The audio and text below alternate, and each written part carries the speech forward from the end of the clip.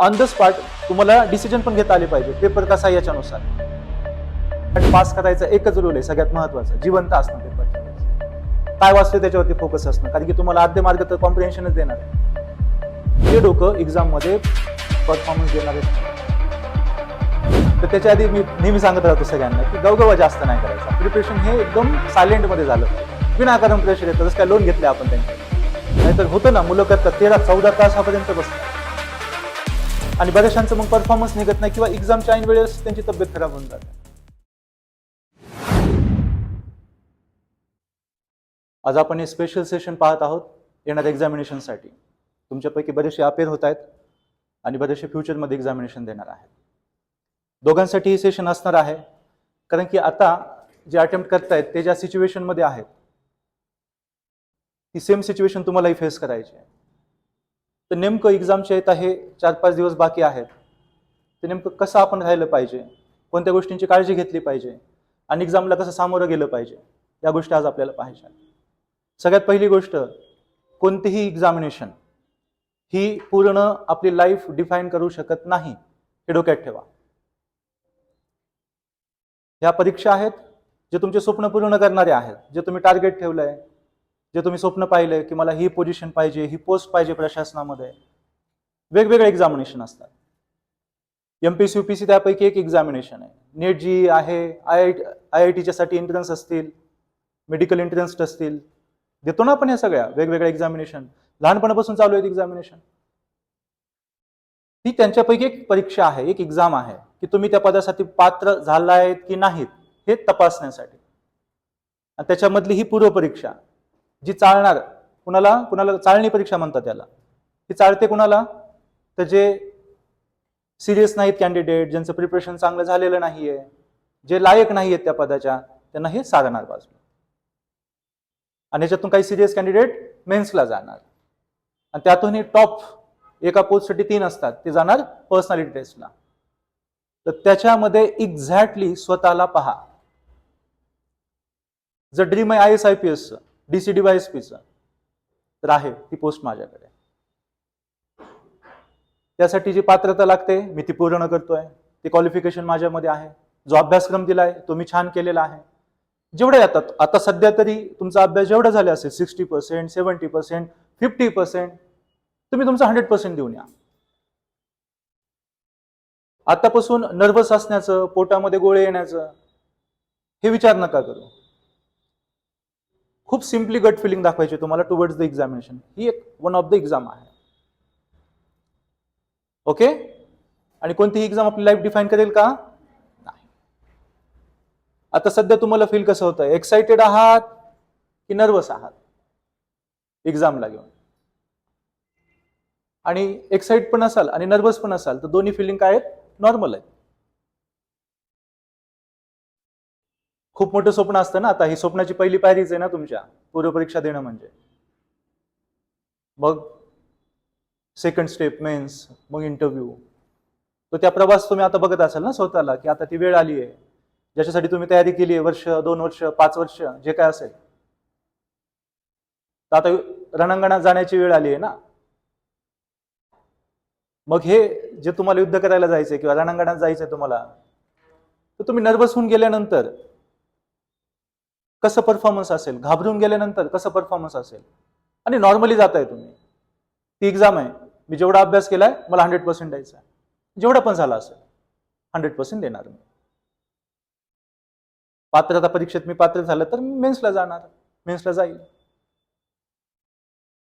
ठीक आहे. तर सध्या फिलिंग्स येत असतील नर्वसच्या किंवा खूप जास्त एक्साइटेड असाल तर दोन्ही फिलिंग सध्या नॉर्मल आहेत. पण शेवटी आपल्याला उतरायचे की नाही, पोहण्यासाठी आपल्याला पाण्यात उतरावंच लागेल. मग पोस्ट मिळवण्यासाठी एक्झाम द्यावीच लागेल. मग तिला एकदम शौर्यानं तोंड द्या. करेज आवश्यक आहे की नाही? आता झाली सुरुवात. आणि पोस्ट मिळाल्यानंतरही तुमची परीक्षा चालूच राहणार आहे. त्याच्यामुळे एवढं जास्त सिरियस होणं, खूप जास्त नर्वस होणं, घाबरणं, होईल की नाही, घरच्यांच्या अपेक्षा, एक्सपेक्टेशन आहेत ना सोसायटीच्या, जेवढा तुमचा गवगवा झालेला आहे तेवढं प्रेशर असणार तुमच्यावर. आई वडिलांनी जेवढ्या लोकांना सांगितलेलं आहे, मुलगा मुलगी UPSC करते, MPSC करतोय, चालू आहे ना हे. तर ते सगळं तुमच्यावरती प्रेशर आता अक्युमुलेट व्हायला सुरुवात होते या स्टेजला. आणि एक्झाम मध्ये सुद्धा ते लोक दिसतात. अनुभवाचे बोलेत, मी तुम्हाला खूप सारे अनुभव सांगणार आहे जे मी घेतले आणि आज इथं आहे ना की पोस्टवरती. तर ते अनुभव, त्या गोष्टी तुम्ही नका करू, तुम्ही घेऊ नका ते अनुभव. त्याच्यासाठी हे डेडिकेट सेशन असणार आहे. ओके. तर त्याच्या आधी मी नेहमी सांगत राहतो सगळ्यांना की गवगवा जास्त नाही करायचा. प्रिपरेशन हे एकदम सायलेंट मध्ये झालं पाहिजे. विनाकारण प्रेशर येतं, जसं काय लोन घेतले आपण त्यांच्याकडे. एक्झाम मध्ये सुद्धा तुम्हाला हे डिस्टर्ब करेल आणि सांगतोच तुम्हाला आता हळूहळू काय नेमकं करणार आहात तुम्ही एक्झामिनेशन मध्ये. सो 3 इम्पॉर्टंट ट्रूथ आहेत जे तुम्हाला लक्षात ठेवायचे, की सगळ्याच गोष्टी सगळ्यांना माहीत नसतात. आता तुम्ही सिव्हिल सर्व्हिसेस किंवा स्टेट सर्व्हिसेस देताय, यांचा पॅटर्न असा आहे की तुम्हाला किती अभ्यास झाला तर 20, 25 ते 30 क्वेश्चन तुम्हाला शॉर्ट माहित असतात. अदर क्वेश्चन जे आहेत ते माहिती नाहीत असं नाहीये. तुम्हाला वाचल्यानंतर आयडिया येते, तुम्हाला ऑप्शन बघितल्यानंतर आयडिया येते, पण ते असे सेट केलेले असतात की ए की बी आहे, सी आहे की डी आहे, हे कन्फ्युजन होतं आपल्याला. एक्झॅक्टली कधी लोकशाहीची डेफिनेशन विचारली जाते पण पर्याय असे असतात की सगळेचे सगळे आपल्याला लागू होतात असे दिसतात. तर काम माइंड, प्रत्येक वेळेस तिथे प्रत्येक क्वेश्चन हँडल करताना काम माइंड ठेवा. सगळ्याच गोष्टी आपल्याला माहिती नसणार आहेत एक्झाम मध्ये. 20 ते 30 क्वेश्चन्स शॉर्ट तुम्हाला येतील, बाकी सगळे तुम्हाला इंटेलिजंट गेस अनुसार सॉल्व्ह करायचे आहेत. आणि त्यासाठी एक मंत्र पण मी तुम्हाला देणार आहे जो तुम्हाला खूप मदत करेल, पुढे सांगतोच. इथं पहिले लक्षात ठेवा, प्रत्येक क्वेश्चन करताना जिवंत राहणं, प्रेझेंट मध्ये राहणं, तिथे राहणं. क्वेश्चन पेपर सॉल्व्ह करतायत आणि तुम्हाला दिव्याची गाडी दिसते, भेटली नाही भेटली, नातेवाईक दिसतायत, प्रेशर दिसतंय, परफॉर्मन्स डाऊन झालं कारण की तुमची रॅम गुंतली आहे तिथे. मोबाईलची रॅम आहे ना 8 GB, तर 4 GB तिकडे गेली आहे तुमची. मग 4 GB परफॉर्मन्स नाही देणार, 4 GB काम नाही ठेवणार, कॉर्टिसोल वाढायला लागेल, स्ट्रेस वाढायला लागेल. आणि आपल्याला माहिती आहे त्याला काम कसं ठेवायचं. जर भटकलाय तुम्ही एक्झाम मध्ये, काम माइंड नाहीये, तर काय करणार? पोट भरून श्वास घेणार. काय करणार? पोट भरून श्वास घेणार. पोट बाहेर आलं पाहिजे. दमानं श्वास घ्या, दमानं रिलीज करा. बघा वापस काम व्हाल, वापस फोकस व्हाल. विचार येणार, घाबरणार, वापस काम व्हायचंय. आणि पहिलाच क्वेश्चन अवघड दिसला, अरे ह्या वेळेसचा पेपर खूप अवघड आहे, आता मेरिट असं होईल, आता मेरिट असं होईल. हे नॉर्मल थॉट्स आहेत जे चालतात एक्झामच्या दौरान, जे नाही आले पाहिजे. ते मलाही येत होते. यार पहिलाच क्वेश्चन,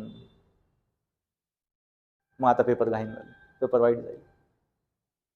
झाली की नाही? सुरुवातीतूनच झाली की नाही? तर सगळे क्वेश्चन सगळ्याला माहिती नसणार आहेत, हे सगळ्यात पहिले लक्षात ठेवा. त्याच्यामुळे घाबरायचं नाही आणि पॅनिक व्हायचं नाही एक्झामिनेशन मध्ये. Second thing, exam is all about smartness. Accuracy, तुम्ही आता जे काही PYQ सॉल्व्ह केले असतील, प्रत्येकाचं एक आपलं अवरेज असतं. कुणी 80-85 पर्यंत जातं, 90 पर्यंत जातं अटेम्प्ट करायला GS1 मध्ये, तर तो मेरिट मध्ये बसतो. आणि कुणाकुणाची अॅक्युरन्सी एवढी छान असते की ती 65-70 पर्यंत जातात पण पास होतात. तर तुम्ही तुमचं अवरेज काढलेलं आहे का? नसेल काढलं तर नेक्स्ट अटेम्प्टला हे नक्की करायचं. काय काय केलं पाहिजे आपण, आणि ऑन द स्पॉट तुम्हाला डिसिजन पण घेता आले पाहिजे, पेपर कसा याच्यानुसार. पण स्वतःच एक अवरेज काढत राहा. आणि ते 5-6 वर्षाचे पेपर जरी PYQ सॉल्व्ह केले ना छान पद्धतीनं, तरी ते काढता येतं की आपण नेमकं किती सॉल्व्ह करायला पाहिजे, कुठपर्यंत जायला पाहिजे. ओके. काम माइंड, जे मी तुम्हाला सांगितलं. रॅम गुंतली दुसरीकडे, मार्क कमी होणार. आणि पूर्ण फोकस, शब्द जे वाचतोय त्याच्यावरती, काय शब्द आहे, कोणत्या सब्जेक्टचा आहे, त्याच्यावर जर तुमचं पूर्ण फोकस असेल तर मार्क वाढतील. तर पॅनिक व्हायचं नाही, माइंडला एकदम काम ठेवायचं. आता काही दिवस आधी एक्झामच्या नवीन गोष्टी वाचायला घ्यायच्या नाही, नवीन पुस्तक ओपन करायचं नाही. सायंटिफिक रिझन आहे. जेव्हा आपण एखादी नवीन गोष्ट शिकतो ना, तर आपलं ब्रेन जास्त ऍक्टिव्ह होतं त्या गोष्टींवरती आणि जुन्या गोष्टींचा विसर पडतो. तुम्ही बघा, आता तुम्ही नवीन बाकीचे आता जे अटेम्प्ट न देणारे आहेत, नवीन नवीन वाचताय, तो किती फोकस असतं त्याच्यावरती. जसं आज करंट अफेअरचा तुम्ही टॉपिक घेतला, पूर्ण फोकस त्याच्यावरती होता. ते शेवटचे काही दिवस आहेत ना, नवीन नका वाचू. काही मुलांना सवय असते एक्झाम सेंटरच्या बाहेर पण अभ्यास करत बसतात, पुस्तक वाचत राहतात, नवीन काहीतरी वाचतात. हे नवीन गोष्टी नाही केल्या पाहिजे, मग माइंड पूर्णपणे तिथे असणार. आतापर्यंत 2 वर्षापासून 3 वर्षापासून जी मेहनत केली ना, तिथं थोडंसं विसर पडेल, अंधुक दिसेल. मग त्या गोष्टी त्याला स्पष्ट ठेवा. ह्या टाइमला तुमचं फक्त रिव्हिजन पाहिजे आणि तुम्ही हॅपी पाहिजेत. तुमचं रिव्हिजन तुमची हॅपीनेस हवी आहे. छान डाएट घ्यायला, आता 5-6 दिवस आहेत ना, छान डाएट घ्या. सकाळी फ्रुट्स खा आणि दर 3-3 तासाने जेवा. पोटाला ना एकदम गच्च भरू नका हे काही दिवस. थोडं थोडं खा, थोडं थोडं खा, दर 3 तासाला खा.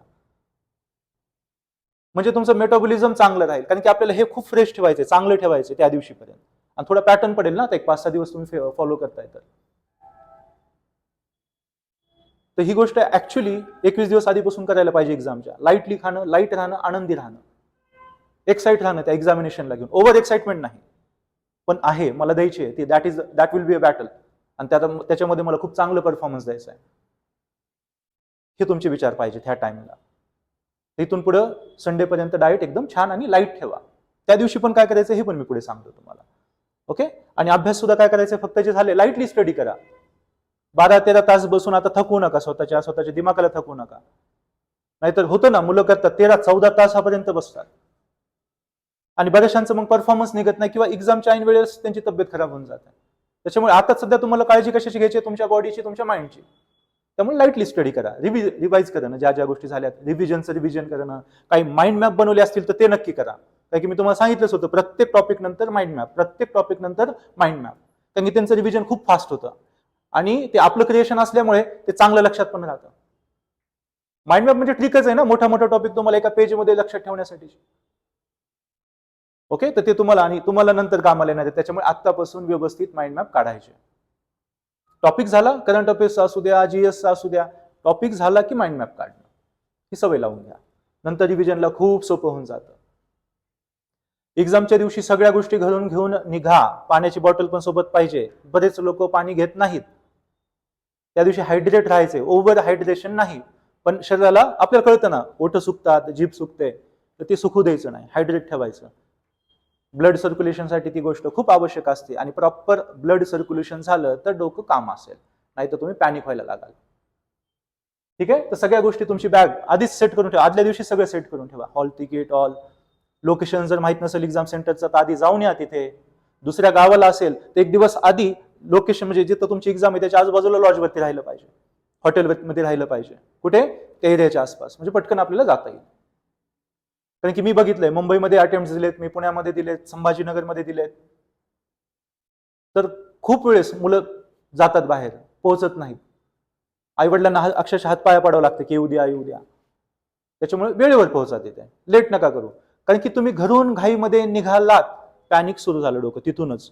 मग ते डोकं एक्झाम मध्ये परफॉर्मन्स देणारच नाही. तर पॅनिक व्हायचं नसेल, एक तर जवळ तुमच्या हे माहित पाहिजे, तुम्ही तिथे असलं पाहिजे, किंवा तुम्हाला लोकेशन प्रॉपरली माहित पाहिजे. 1 तास आधीच पोहोचायचं एक्झाम सेंटरवर, एकदम ऑन टाइम जायचं. ओके. सेकंड थिंग, लाईट जेवण करा त्या दिवशी.